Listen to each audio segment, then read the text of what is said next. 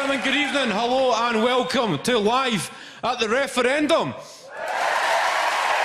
Yeah, it's a historical time, a referendum on Scottish independence. We've got the Yes campaign, we've got the Better Together campaign, and we don't have the fuck it'll be a good laugh campaign. There's a lot of negatives. I think it could be a laugh. The idea of Scotland being a proper foreign country. We could just start messing about with the time zones and stuff like that. 9 AM every Friday, the clocks go forward for 8 hours. They could stop us. It's our country. 9 PM Sunday night, they go back for 8 hours. A foreign country, we could get our own plug sockets. A big six-pronger, a big hideous monstrosity. A Scottish plug socket, it doubles up as a violent weapon. That's how we kickstart the economy. We sell plug sockets at the airports. International arrivals. You got your plug socket, mate? No, that's 3 prongs, that's an English plug socket. There's a Scottish plug socket. Is it for an electrical appliance or self-defence, sir? I've got other concerns. Obviously, the economic argument, an independent Scotland will not be allowed to enter into a currency union with the UK. We've been told that. And we could maybe start our own money. I was getting fed up with the pound, anyway, the sterling. Who even calls it the pound? It's a quid or a smackaroonie. That could be the currency. How hard is it to start your own currency? A smackaroonie. That could be it. Well, you could be in a recession if your currency's a smackaroonie, but never a depression. It would cheer you up. I'm doing my last 5 smackaroonies. You could rack up a crippling debt. The International Monetary Fund could announce the independent nation of Scotland is running at a 200 billion smackaroonie deficit. Just use it as a deflection tactic. What was that, mate? 200 billion what? Smackaroonies. I bet you wish you used the smackaroonie, eh? You'll fucking get your money, mate.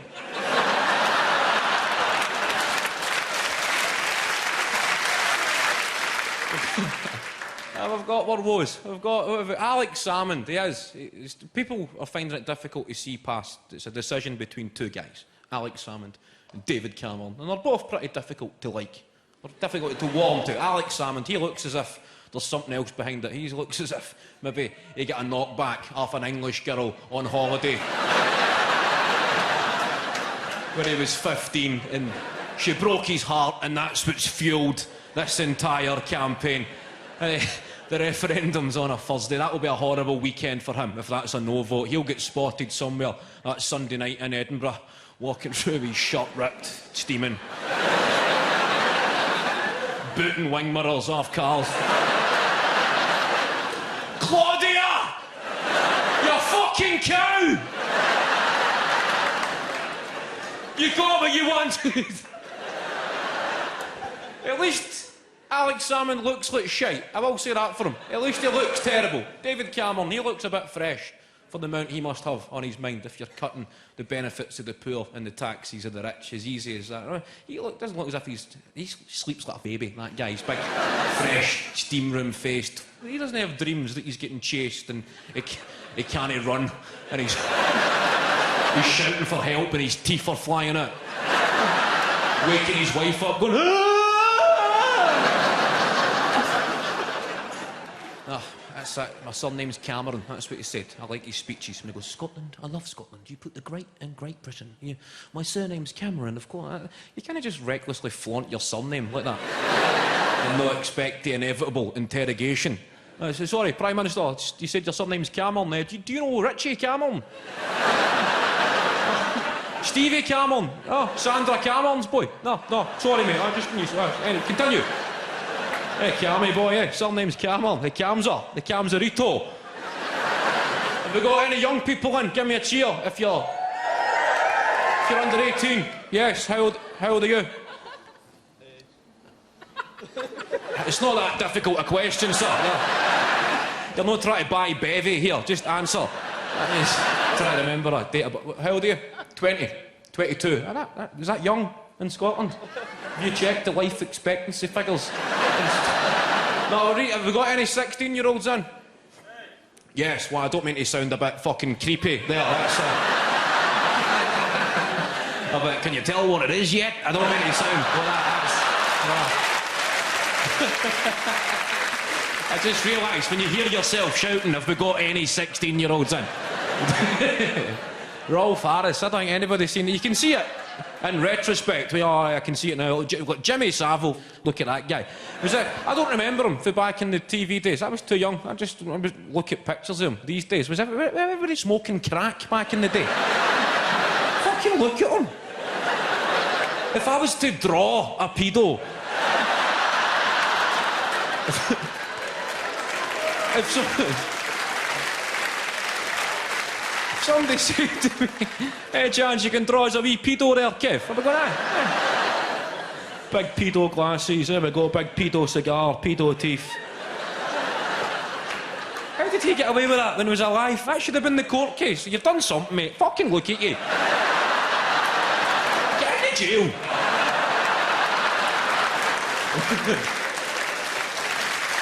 As soon as you tell 16-year-olds they can do something legally, the novelty's gone. They no longer want to do it. I preferred back in the day when you couldn't vote at 16. Remember that? Underage voting. They were the days. When you used to hang out outside the polling station, waiting for an old guy, ask him if he'll go in and vote for you. The memories. Everybody go, excuse me, mate, any chance you could vote for us? What?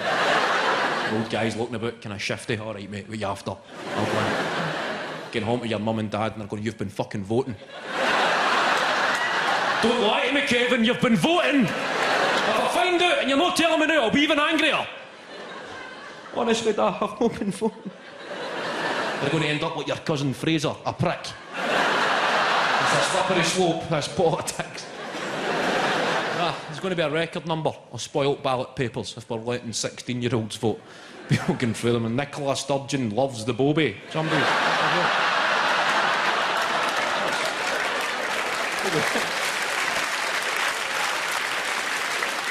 I will put that as a no. I'll call that a no.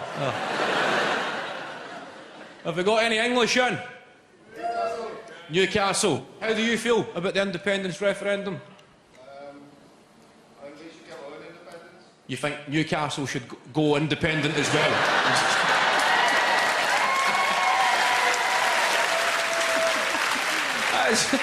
We're just taking a big saw to the UK. There's a big question. Will Scotland, will we keep the royal family as the head of state? I reckon we could get our own royal family. Just a royal family that makes some money. You know, we could have it like a lottery. You buy a ticket. Everybody, the whole nation is entered into a draw. And you can win the chance to be the Scottish royal family. It'd be great. Just pull it. It doesn't matter where you're from or your background. Now we go. The king is Eddie McCabe from 22/4 Sea Mill View. 22/4. Does that mean the king's living in a flat? He won it. There he is. Royalists outside his flat looking up, seeing if they can catch a glimpse of the king. There he is. 1922 and 22. Is that him? His curtains are open. Here he's in. He's in. No, I heard they went to Hermos Caravan for the weekend.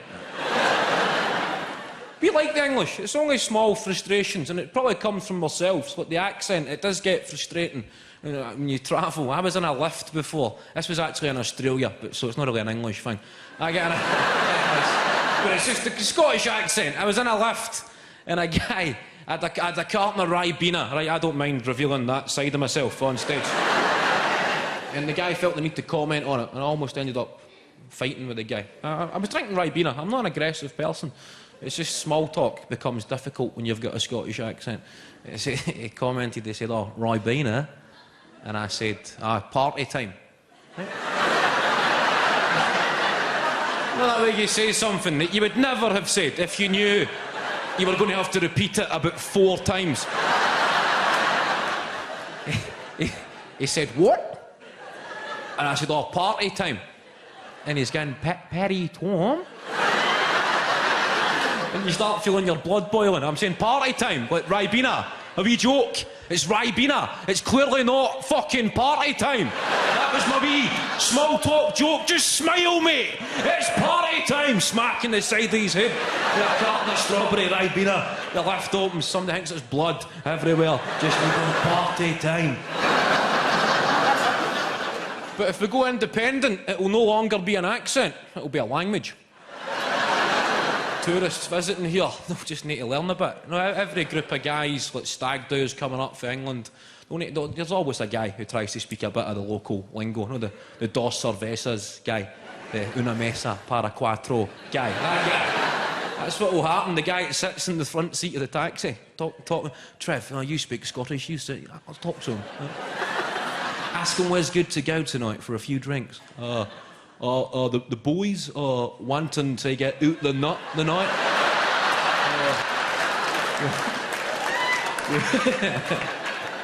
Where would you recommend for a few swellies, my man? You're probably better just sticking to Socky Hall Street. Your Scottish is brilliant, pal. Ask him if it's safe. Socky Hall Street, is that now a wee bit dodgy? Is it now full of wee bams? We don't want to end up getting our jaws took off. Well, I wonder what Trev's saying. His Scottish is brilliant. I wonder what he's saying. I wonder if he's taking the piss out of us. Sorry about these tadgers, mate. They've been down my head in all day.